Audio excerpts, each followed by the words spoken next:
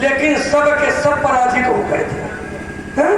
धरी न काहू धीर, सबके मन मन सिजहरे, राखे रघुवीर ते उमरे ते ही काल महू। जिस समय कामदेव ने अपना प्रभाव बढ़ाया तो उठे घड़ी अचकौत कभयहू, और जब नदी काम संभव ही गयहू तो चलो यहाँ दशा नदी उमगी, नदी उमगी अमृत कहा भाई, संगम करे तलाव तलाही, जो यहाँ दशा जन्म को बननी तो को कही सके सचेता। तुम्ही तो एक बार मैंने पूछा था कहां से आए हो, व्यक्ति ने कहा जानता नहीं हो। मैंने कहा जाना कहां है, कहा ये भी नहीं जानता हूं।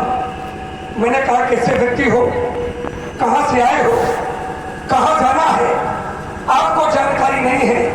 उस व्यक्ति ने कहा ये मेघ है, बादल, ये पानी बरसाते हैं और पानी की बूंद धरती पर गिरती है, और धरती पर गिरने के बाद में पानी की बूंद का प्रयोग इन सांसारिक लोगों के द्वारा किस रूप में किया जाता है वो मेघ नहीं जानते हैं, तो हम कैसे जान जाएंगे।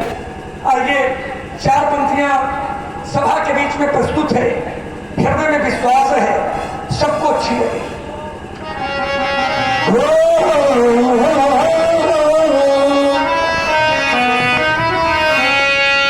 कहां से आए, कैसे आए, किसी को ये मालूम नहीं। अब कौन बूंद मोती बन जाए, इनमें भूखो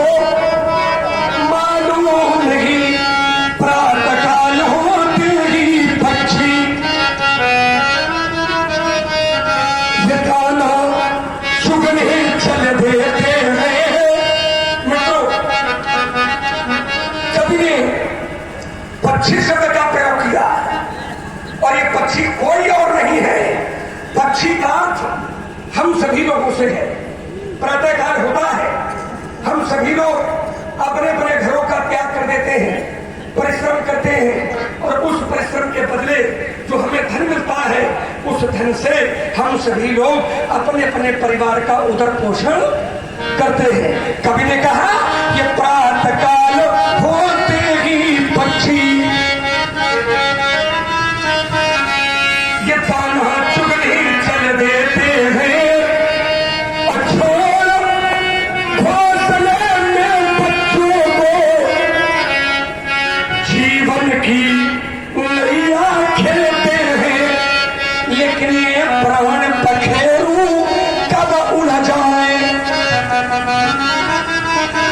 घर से निकला, शाम तक नहीं पहुंचा तो व्यक्ति के परिवार वाले चिंता करते हैं। छोटे छोटे बच्चे अपनी माँ के पास जाते हैं और माँ से कहते हैं मैया पिताजी सुबह निकले थे, रात हो गई, अभी वापस नहीं आए। समाज के यही बुजुर्ग लोग कहा करते हैं, समाज के वृद्ध लोग कहा करते हैं कि व्यक्ति घर से निकले तो मित्र ये ठिकाना नहीं होता कि शाम को सुरक्षित आएगा अथवा नहीं आएगा। और तभी तो कवि ने कह दिया कि ये प्राण पखेरू कब उड़ जाए, ये उन बच्चों को मालूम नहीं। और कौन बूंद मोती बन जाए, इनमें भोगो मालूम नहीं। तो अनजाने राही देखो,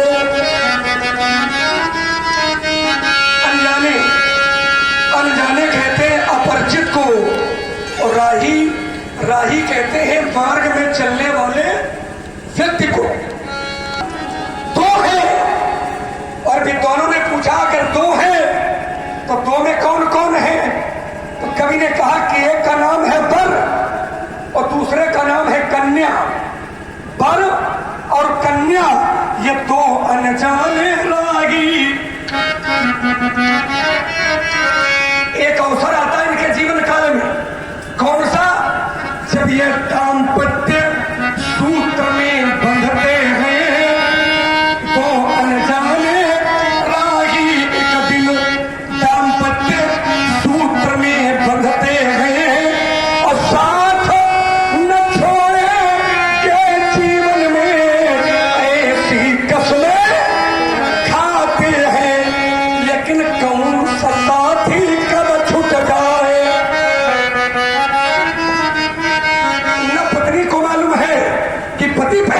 देखा और न पति को मालूम है कि संसार की लड़ाई में क्या पत्नी का साथ पहले छूटेगा।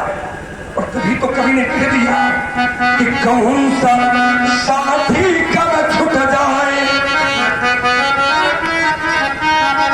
ये दंपति को मालूम नहीं, और कौन बूंद मोती बन जाए, इन मेघों को मालूम नहीं।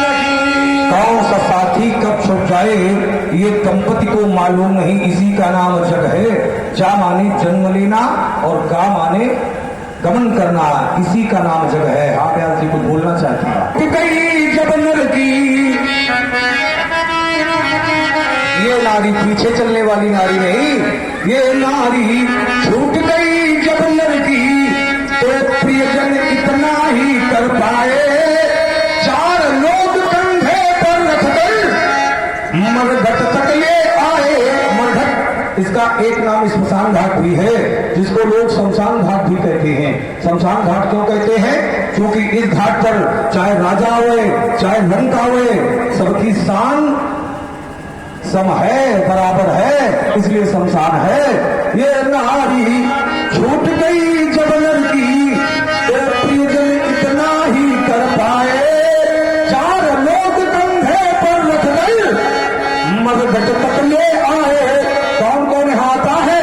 ये दाना बीन चबाने वाले,